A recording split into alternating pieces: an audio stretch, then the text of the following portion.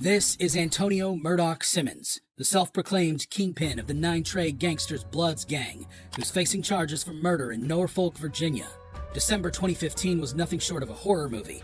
5 people were shot dead, and 4 others were shot in 7 separate shootings across nearly every city in Southampton roads. These guys didn't discriminate. Most victims had zero affiliation with the gang. 2 mothers and a grandmother, tragically killed alongside her boyfriend, got caught in the crossfire. All this because the gang believed she was snitching to the cops about another shooting. Antonio was found guilty of 2 murders during the robberies he orchestrated. As if that wasn't enough, 2 of his crew members, Anthony Foyer, aka Ace, and Nathaniel Mitchell, aka Savage, were in a twisted competition to see who could shoot the most people. Mitchell even gunned down a woman who was innocently walking home from her job at the airport 4 days before Christmas. The evidence showed that Antonio proudly boasted about the shootings carried out by his trigger-happy buddies. Things took a truly sinister turn when Antonio ordered his crew to take out high-ranking members of a rival gang. When they couldn't find their intended targets, they went for the next best thing, a man at his house. But here's the shocking part. When a woman opened the door and said their target wasn't home, they shot her 6 times. Luckily, thanks to the quick response from local EMTs and the Portsmouth Police Department, she survived. But that didn't stop these thugs from firing at witnesses before fleeing the scene. After robbing a gas station, Foyer and Mitchell were arrested later that night. After a grueling 7-week trial, Antonio, Mitchell, and their cohorts were convicted on all counts. Antonio, aka Murdoch and Doc, was sentenced to life imprisonment plus 60 years on his plate. Mitchell, aka Savage, got hit with 5 life sentences plus 50 years. Foyer, aka Ace and Bull, will be locked up for life. They remained unemotional as their sentences were handed to them. However gruesome you think Antonio's case was, it can't be compared to the case of Demetrius Devine. This is Demetrius R. Devine. Demetrius R. Devine was the leader, or godfather, of not just one, but multiple notorious gangs. We're talking about the Gangsta Killer Bloods, GKB, the Black Mob Gangstas, BMG, and the Donald Gee family, DGF. These gangs didn't just hang out on street corners exchanging pleasantries with passers-by. They were knee-deep in criminal activities. We're talking racketeering, murder, drug distribution, witness tampering. You name it, they did it. They were a force to be reckoned with, instilling fear in the hearts of their rivals and Raleigh's law-abiding citizens. As the leader, Demetrius had a hand in it all. He ordered the shooting of a 16-year-old rival gang member, resulting in the young boy's tragic death. Demetrius wasn't afraid to get his hands dirty either. He participated in gang initiations, even dishing out beatings to those he deemed disloyal. And when gang members were subpoenaed to testify in a federal proceeding, he conspired to silence and threaten them. The violent pursuit of power, money, respect, words permanently inscribed on Devine's neck through a tattoo, defined the gangstas.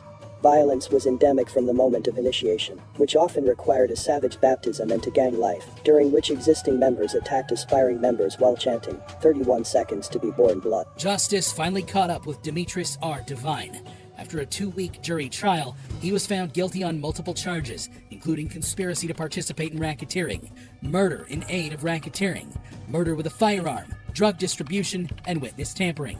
Demetrius was sentenced to not 1, not 2, but 4 consecutive life sentences, followed by an additional 240 months of imprisonment. Demetrius's behavior and reactions may have been caused by the horrible environment he grew up in. However, not every gang member grew up in such an environment, like in the case of Anthony Zottola. This is Anthony Zottola. Guilty, conspiracy to commit murder. Guilty, murder for hire. Guilty, discharging of a firearm, even though he didn't pull the trigger. And guilty for causing death with a firearm and causing serious physical injury to his brother Salvatore, who survived 5 gunshots back in July 2018. Who's facing charges for murder in New York. Sylvester Zottola was a real estate tycoon with a not-so-loving son. This family saga turned dark on October 4th, 2018, when Anthony and his partner in crime, Hyman Ross, he is a Bloods gang member. Now, prosecutors convinced the jury that Anthony Zottola did indeed hire the Bloods gang to kill his father. Hired a gang of hitmen to kill his father and brother, Salvatore. Was it hard to see your brother convicted of this? It's never easy. Anthony had his eyes set on the family's multi-million-dollar real estate empire, and he was willing to go to extreme lengths to make it happen. The hitmen, led by co-conspirator Bouchon Shelton, Sean Shelton, who had a day job, was arrested within a week. Embarked on a year-long spree of violence against Sylvester and Salvatore Zottola. They stalked, beat, and stabbed Sylvester, leaving him in constant fear, without knowing who was behind the attacks. But the Zatola family proved resilient. Sylvester survived a brutal home invasion where he was struck in the head, stabbed multiple times, and even had his throat slashed. These guys were ruthless, but Sylvester fought to stay alive. In another chilling incident, Salvatore was shot in the head, chest, and hand right in front of his residence. Miraculously, he managed to survive the assassination attempt. Finally, the day of reckoning arrived. Ross, one of the key players in this sinister plot, tracked Sylvester Zatola to a McDonald's drive-thru in the Bronx. With precision and cold-heartedness, he fired multiple shots, ending Sylvester's life. The hit was executed flawlessly, leaving no room for doubt about Anthony's involvement. Fast forward to the trial, and the jury didn't buy Anthony's twisted narrative. They found him and Ross guilty of murder for hire, conspiracy to commit murder for hire, and firearms offenses. Justice was served, and they were slapped with mandatory life imprisonment, plus an eye-popping 112 years. If you thought these reactions were shocking, you'd be amazed at this video of killers begging for forgiveness. This is Sean Denzel Guarant, who's facing multiple charges, including conspiracy to commit murder in Roanoke, Virginia. Guarant was the former leader of the Rollin 30s Crips gang in Roanoke, and he was no stranger to trouble. Guarant, also known as Harlem Dunk, and his fellow conspirators were part of the Rollin 30s Crips gang, which also called itself the Dirt Gang. In early June 2017, Trayvon Raycron Casey drove another gang member to commit a crime. Another rival gang followed them, and things took a bad turn before long. Mac, a Rollin 30s Crip gang member, chased the other rival gang member down and fatally shot him twice in the back. 30-year-old Guarant pleaded guilty to a racketeering conspiracy charge that involved murder and another conspiracy to commit homicide. He was also involved in a whole pattern of shady activities, including threats and violent acts. His gang made a 17-year-old kill someone as a twisted way to make up for gang violations and disloyalty. A former gang leader in Roanoke is facing a life sentence in prison. Prosecutors say Sean Garrett pled guilty to several federal charges. He admitted that he and 3 others were involved in multiple threats and acts of violence, including the 2017 murder of a 17-year-old. The men were members of the Rollin 30s gang, which operated out of a house in the Lansdowne neighborhood. Guarant is behind bars on state charges for fleeing arrest and looting. He agreed to serve those sentences alongside the 37-year sentence he'll receive for his guilty plea. Considering he's 30, he won't be eligible for parole until he's a ripe old age of 67. Guarant showed no remorse for his actions. However, some convicts go out of their way to try to make amends, like in the case of Stanley Williams. This is Stanley Tookie Williams, the notorious gangster who skyrocketed to infamy as the co-founder of the Notorious Crips gang. Born on December 29, 1953 in New Orleans, Louisiana, Tookie's life took a turn for the wild when he migrated to the mean streets of Los Angeles at a tender age. Growing up in the vibrant yet crumbling South Central neighborhood, Tookie quickly realized that the streets held more allure than his humble abode. At age 6, he ventured out, ready to take on the neighborhood bullies and stake his claim. Surrounded by violence, drugs, and a lack of parental guidance, Tookie idolized criminals and took up a penchant for emulating pimps and drug dealers. This kid had a bizarre job watering, feeding, and patching up dogs ravaged in illegal dogfights. Skipping school became Tookie's thing, as he believed the streets held more valuable lessons than any classroom ever could. He strutted, relying on his fists to make friends and line his pockets. The man's reputation as a bootblack and thief grew, and it was during this time that he met his partner in crime, Raymond Washington. In 1969, they joined forces and gave birth to the Crips, a gang initially formed to protect their neighborhood from rival groups. But, like any good story, things took a dark twist.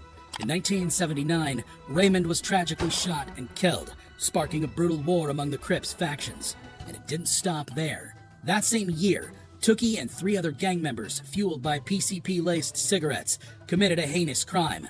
They robbed a convenience store, leaving 26-year-old Albert Owens dead with 2 shots to the back.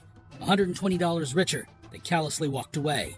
Tookie allegedly broke into the Brookhaven Motel office and took the lives of 3 members of a Taiwanese family.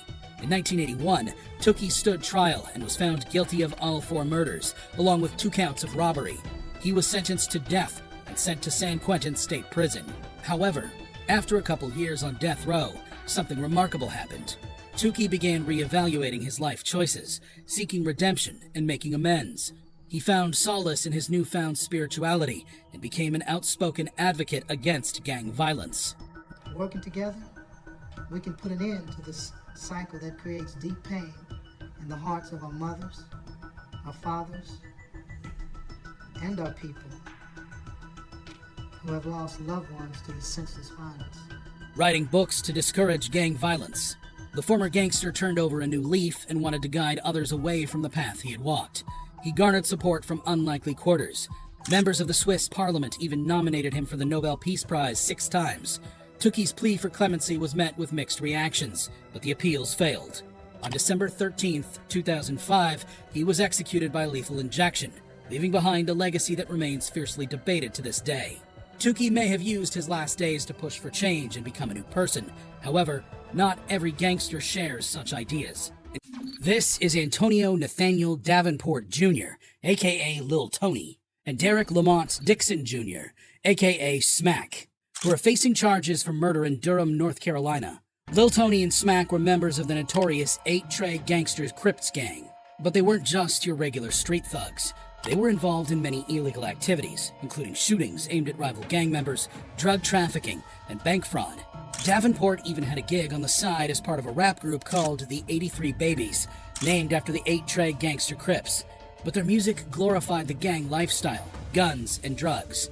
Things took a gruesome turn when rival gang members attacked Davenport at a mall and posted a video of the assault on Instagram.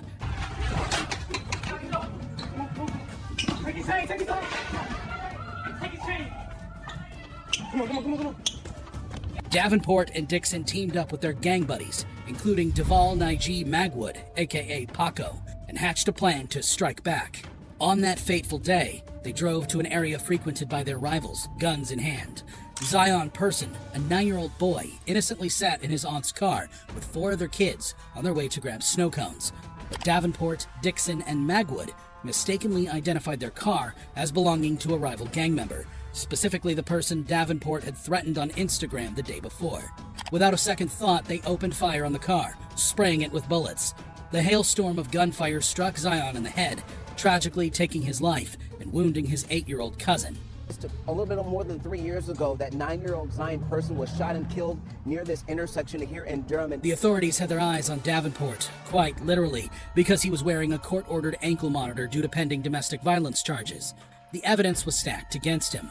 Location data placing him at the murder scene, surveillance footage capturing his car tailing the victim's vehicle, and even a handgun linked to the crime.